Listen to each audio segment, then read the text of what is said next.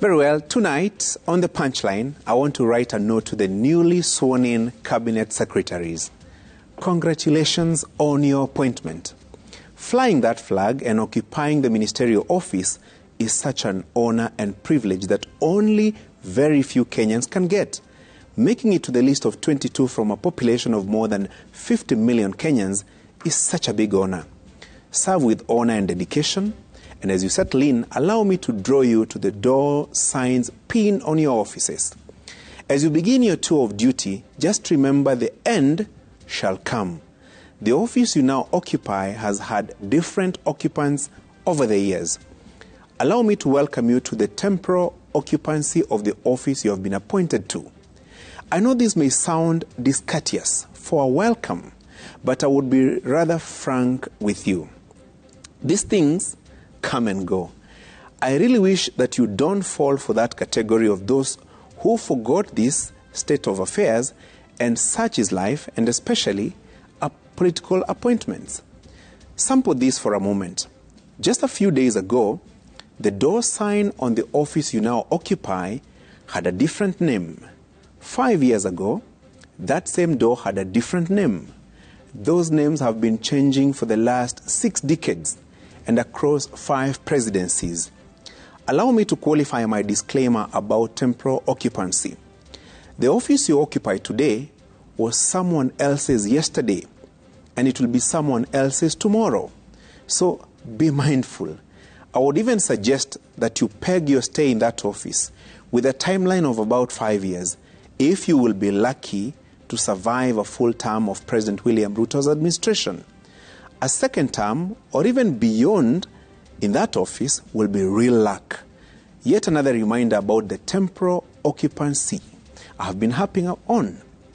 Allow me to take you to the streets, dear cabinet secretaries, where Kenyans say, Kuwa Mpole.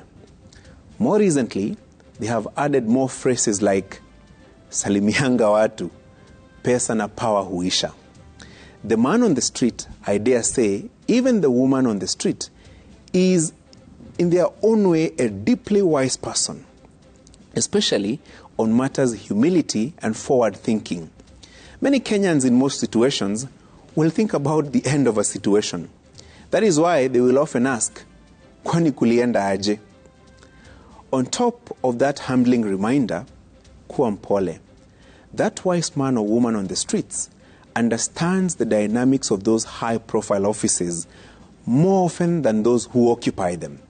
That small man on the streets will, for example, tell you that Harambee Avenue is the street of power in Kenya. They will tell you those who make it politically end up on Harambee Avenue, but at one point, the office occupant's power ends and the music falls silent, no matter which side of Harambee Avenue you may have ended. Harambee House is a place of interest because it is the country's seat of power, alongside State House. There is a list of big names of men and women who have had the opportunity to walk up and down the steps of Harambee House. History documents that this was once upon a time the address of Mbiu Koinange, the ultimate power bearer in Mzee Jomo Kenyatta's administration. The ordinary man or woman in the streets will tell you that Chief Secretary Simeon Nyachai ran the show from this house before passing the baton to administrative headman from Migori County, Hezekiah Oyugi. The man on the street will remind you that Nicholas Biwott was here, and so was Professor George Saitoti, John Mishuki, Chris Murungaru, and more recently, Fred Matiang'i. Indeed, one of the past Harambee House occupants, John Njoroge Mishuki the late, illustrated this to me, how transient power is, using the entry and exit signs in that office. He told me, every morning as I get into my office, I read the enter sign, and as I leave, I read the exit sign. This temporal state of affairs is applicable in all ministers' offices at Jogoo House, Afya House, Kilimo House, Ardhi House, Transcom House, Maji House, Sheria House, the National Treasury. Mention all those houses. Fact, not far from Harambee House is Vigilance House, where another change is in progress. Japheth Koome is poised to take over from Hilary Mutyambai, the successor of Joseph Boynet, David Kimayo, Matthew Itere, Edwin Nyaseda, Philip Abongo, and the legendary Philip Kilonzo.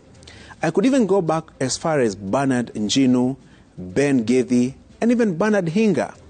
Of course, I must connect Vigilance House to another house along Kiambu Road, where Mohamed Amin has recently succeeded George Kinoti, who replaced Ndegwa Muhoro, Karanja Gatiba, and other predecessors such as investigative heavyweights Ignatius Nderi and Noah Arapto.